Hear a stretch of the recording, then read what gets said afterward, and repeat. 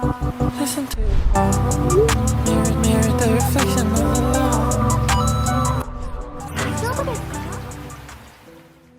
What is up, everybody, and welcome back to my trading journal. Today we're going to be talking about something that just keeps coming up in the TikTok lives. You guys know that I love to hang out on TikTok live and to be answering all your questions, even though some of them are stupid. Y'all are really just trying my patience over there. But at the same time, I always say there are never any bad questions, so let's get into it. This video is not sponsored. And I guess this video will kind of come into a bit of trader psychology, but it's really about what do you do when you keep losing? Now, for those of you who don't know me, my name is Jessica. I've been trading since 2019, so I'm now in my 5th year of trading, which I cannot believe that I'm saying that. But it does mean that I've had to overcome a lot along the way on my trading journey. One of the things that people don't realize when they're starting the trading journey is the amount of emotional discipline that it takes to maintain that consistency in order to get those long-term results. Write that down. It takes patience, it takes discipline, it takes a lot of personal self-accountability and reflection. You kind of need all of those things in order to maintain something that's actually really super simple. And that is, guys, basic risk management. Basic risk management. Now, when people ask me on TikTok Live, how many trading accounts have you blown? And everyone is always very gobsmacked when I say I have never blown a trading account. In all my 5 years, I've never blown a single trading account. Guys, sometimes I ask, like, what is Baby Pips even teaching? Because it should not be normalized as part of the trader's journey, as part of the trading experience, that you are losing 100% of your assets. I feel like that's something that's just been normalized as part of like the trader's narrative, when really it's just condoning bad behavior. We do not condone poor driving on the roads. It happens, there are lunatics out there, but those lunatics are dangerous. So you do not want to be like that. So I'm going to teach this first thing straight away. The reason why I never blew a trading account was because my mentor told me exactly what not to do. He said at the start of my trading journey, only ever risk 1%. So what do you think I did? I only ever risked 1%.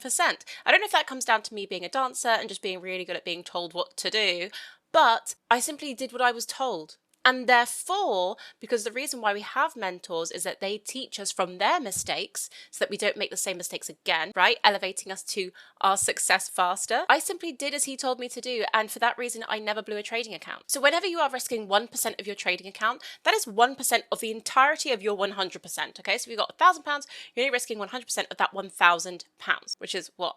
Tanner? Can trade, can't do maths. So regardless of whatever your account size is, 1% risk will always maintain your constant. It's like in life, you can't control what happens in life, but you can control what you do. You can't control what happens in the markets, but you can control your risk. And that is the only thing that's really quite important. As you know, there are millions of strategies out there, and there are 1,000 ways to cut a cake. The constant should be your risk. Because if you're trading on 1% risk, it would take 100 trades in a row that hit a stop loss for you to blow your trading account. And guys, that just does not happen. It is virtually impossible for that to happen. I should have nobody coming to me saying, oh, Jessica, I blew my account. Because I'm always going to ask, why? What was your leverage? And every single time, those people who have blown their accounts, it's always due to over leveraging. It's never really to do with the strategy, unless the strategy has had like maybe 2 bad ones. And then let's say someone tries to over leverage to make back that money faster. It's always a slippery slope. So everyone should be maintaining maximum 1% risk. Sometimes I trade at 0.5% risk.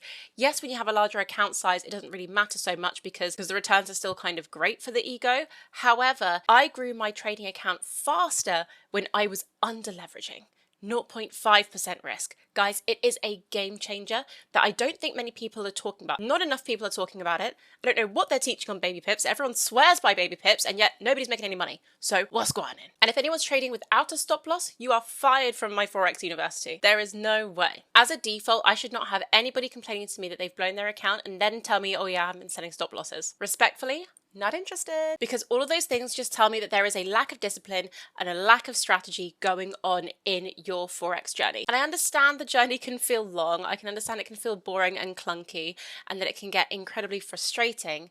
But fear prioritizing your fear and your greed is one very quick way to blow your trading account and also never see success long term in your trading journey. I don't understand why so many people poo-poo on my trading journey because I learned from courses, and yet there are people who've been trying to learn on YouTube for 5 years and still haven't had any long-term success. Like, it's not adding up, people. Anyway, so that's the risk management chat done and dusted. Hello? What's happening on the Discord? Oh yeah, guys, if you want to get access to the Discord, message me over on Instagram at JessicaUKOfficial. Okay, next point, let's talk about patience. The majority of trading it's actually very boring because it's all about waiting for the appropriate setup, waiting for it to execute, waiting for your exit strategy to do the thing so you know when to exit a trade, and then waiting for the next setup. People who want to make money faster tend to be very impulsive and tend to jump into the market willy-nilly. And I kind of like to think of it this way. You don't just set up your fishing nets or your fishing rods in a space where you don't know that there's going to be fish. Why would you waste all that time sitting there waiting and waiting with your little fishing rod and someone says, do you know if there's any fish here? And you're like, nope. You want to be smart and wait for your strategy, however that looks, to execute,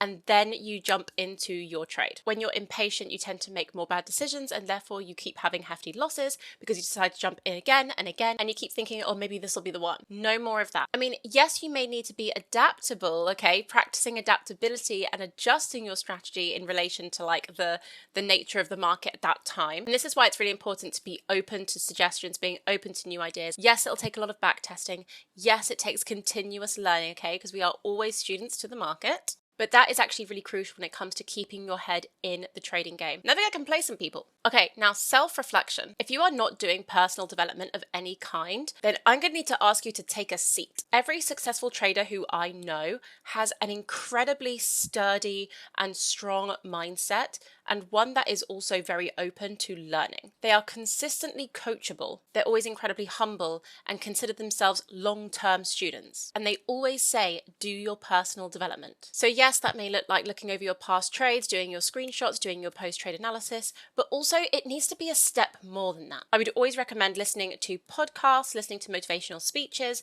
and learning to unblock the ways in which you're getting in your own way. I personally am working through The Artist's Way, which is an incredible book, which I'm kind of doing as a kind of podcast format.